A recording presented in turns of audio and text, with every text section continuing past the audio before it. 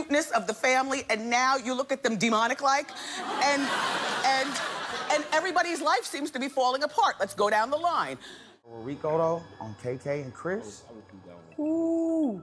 The federal Rico I'm about to drop on Chris and Kim is about to be crazy. Kim and Chloe was my sister's assistants. They stole $600,000 to $800,000 off my mom's credit card and Brandy's credit card. To do what? Kim was doing closets. They didn't have any money. Oh, that's a lie. They worked for Brandy.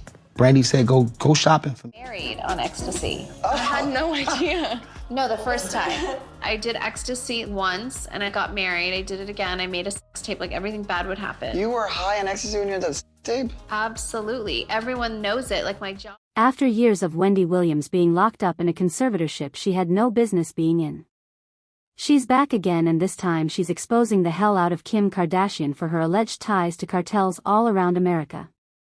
If you were wondering why the Kardashians were launching new businesses every week only to have them disappear after a few months, well, Wendy is claiming that all those businesses were cover-ups to launder the dirty money they've been receiving from these cartels. Apparently, they have a cut in the washed money. And that's really how they're making their money.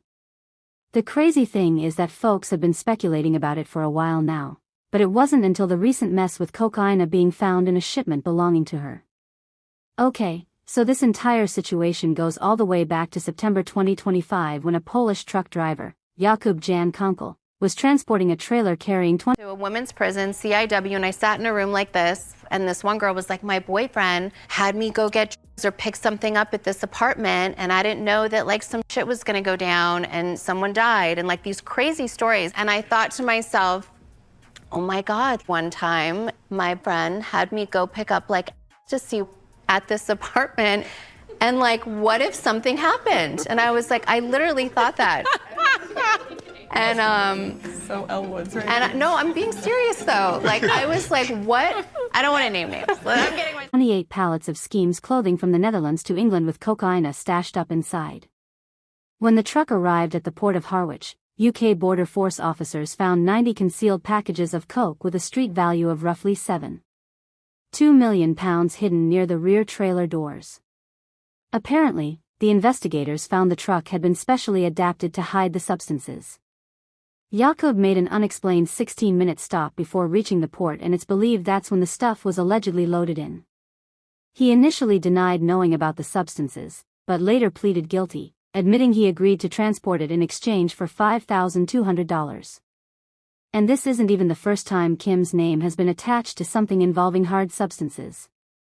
Multiple clips from a 2018 episode of Keeping Up with the Kardashians started making the rounds again, and in it, Kim openly admitted to having a serious dependency on substances, saying she was so deep into it that she was still using even when she got married. Married on ecstasy. I had no idea. Laughter, no, the first time. I did ecstasy once and I got married. I did it again. I made a sex tape, like everything bad would happen. You were high on ecstasy when you did that sex tape? Music, absolutely. Everyone knows it. Like my jaw would shake. So, I went to a women's prison, CIW, and I sat in a room like this, and this one girl was like, my boyfriend had me go get or pick something up at this apartment, and I didn't know that like some A__A was going to go down, and someone died. And like these crazy stories, and I thought to myself, oh my God, one time my friend had me go pick up like ecstasy at this apartment, and like what if something happened? And I was like, I literally thought that. And so, Elle Woods, right? And no, I'm being serious though. Like I was like, what? I don't want to name names. Like I'm getting myself in trouble. And then there was the 2017 Snapchat situation. A video surfaced showing what appeared to be a white powder in the frame, and to this day, a lot of people are still convinced that what they saw was exactly what it looked like. Now, the thing is, people were not that surprised to see Kim in this mess because it isn't the first time she has been caught up in some illegal mess like this. Back when she was working as Brandy's personal stylist, she got sued by Brandy's mom, Sonia Norwood, for maxing out credit cards. Even though Kim was working for Brandy, the credit card she was using to shop for Brandy belonged to Sonia. And baby, Sonia wasn't having it when she found out Kim was stealing. The lawsuit alleged Kim then passed the card number to her siblings Chloe, Courtney, and Robert Jr., who used it to make unauthorized purchases, including shopping trips at Dash and Smooch, the Kardashians' own stores, totaling over $120,636. Sonia Norwood said, "After Ray J and Brandy urged me not to file criminal charges because of their prior friendship, I decided to allow the Kardashians to resolve this matter without a lawsuit. When the fraudulent charges were brought to their attention, they apologized profusely and advised us through their attorneys that they would pay the debt in full. However, they have since reneged on that promise. So, Kim and Chloe was my sister's assistants. They stole $600,000 to $800,000 off my mom's credit card and Brandy's credit card. To do what? Kim was doing closets. They didn't have any money. All that's a lie. They work for Brandy. Brandy said, go shopping for me. They swipe the card and they give Brandy 3 or 4 Jimmy Choo shoes or whatever, clothes or whatever, and then they'll get themselves like 4 or 5 shoes, too. Over and over for months and months and months until they ran up to like almost $1 million. Then my mom gave them the card. My mom don't spend money. My mom is very frugal. They spent like 100 bands on her card running it up. They thought my mom spent like Brandy spent. And stole all their money, bro. And while we are on the topic of Ray J exposing Kim's fraudulent behavior, let's get into all that stuff he said about the police building a RICO case against her. You see, at the time that he said this, folks, thought he was just talking out his behind because he was still salty about her throwing him under the bus after that, explicit tape of him blowing her back out leaked. But with her allegedly being linked to cartel operations now, it looks like he wasn't lying. So, apparently the feds discovered her illegal operations with these cartels years ago, specifically when they discovered that shady church Kris Jenner opened. It turns out the church was actually the first business they were using to wash all that dirty cartel money. But, once it became too much, they moved it to her businesses, specifically Schemes.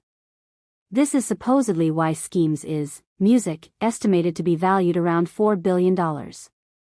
That's just money she made from selling underwear.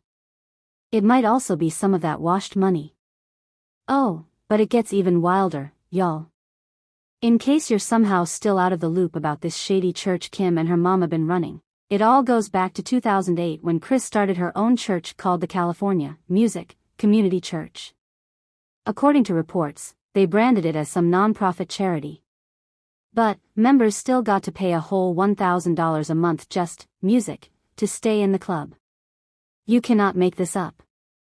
If it's really an NGO, why are you charging $1,000 a month for folks to join and stay members? Right from the jump, you could already tell this so-called church wasn't set up for Jesus. And it gets worse. On top of that $1,000 monthly fee, members are also expected to drop an extra 10% of their income as tithe. Apparently, this is just a slick way for all the Kardashian Jenner sisters and a bunch of other celebs in the church to get a fat tax write-off. When Kim and them pay these so-called tithes, the money goes right back in the family pocket since Kris owns the church. But, they still get to write it off like they're donating to some real charity. This is next-level criminal activity. It got so bad that back in 2012, the church, then called Life Change Community Church, got hit with a tax lien for $1,601 in unpaid taxes from October 2010 to June 2011. A few days later, they got slapped with another one for $2,293, including interest and penalties. And a lot of people actually don't know this, but in June 2021, Kim was under investigation for crypto fraud, which, she actually admitted to just to not end up in prison. It all went down when she posted about Ethereum Max tokens on Instagram, framing it as a tip from her friends, not a paid ad. The SEC found she was paid $250K by Ethereum Max to make that post, but failed to disclose to her 225+ million followers that it was an ad. She agreed to pay $26 million in penalties, disgorgement, and interest, and agreed not to promote any crypto for 3 years. And of course, there are also all those allegations linking her to Epstein Island. Kim was among roughly 300 celebrities and public figures whose names appear at least once in the Epstein files. A victim complaint submitted in connection with the Ghislaine Maxwell case alleged that Maxwell had a close relationship with the Kardashian sisters, and that they assisted in the use of the complainant's identity. The filing references allegations around the complainant's eggs being used in pregnancies, possible surrogacy and fertility exploitation, identity competition tied to children, a cosmetics transaction referencing Kylie Jenner, and a reported $600 million deal, an alleged financial fraud involving the Kardashian brand. Khloe and Kendall were named as having special interest in the complainant's marriages and name changes. Now, here's the thing that a lot of people don't know. Even before all this mess came out, Wendy Williams seemingly tried to tell us what the Kardashians were getting up to behind the scenes, but everyone was too busy thinking she was a hater, when the whole time she was just trying to tell us that there's more to Kim and her family than just them being reality TV stars.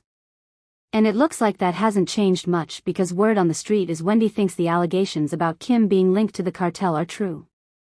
Apparently, she never believed that Kim is a billionaire solely because of her underwear.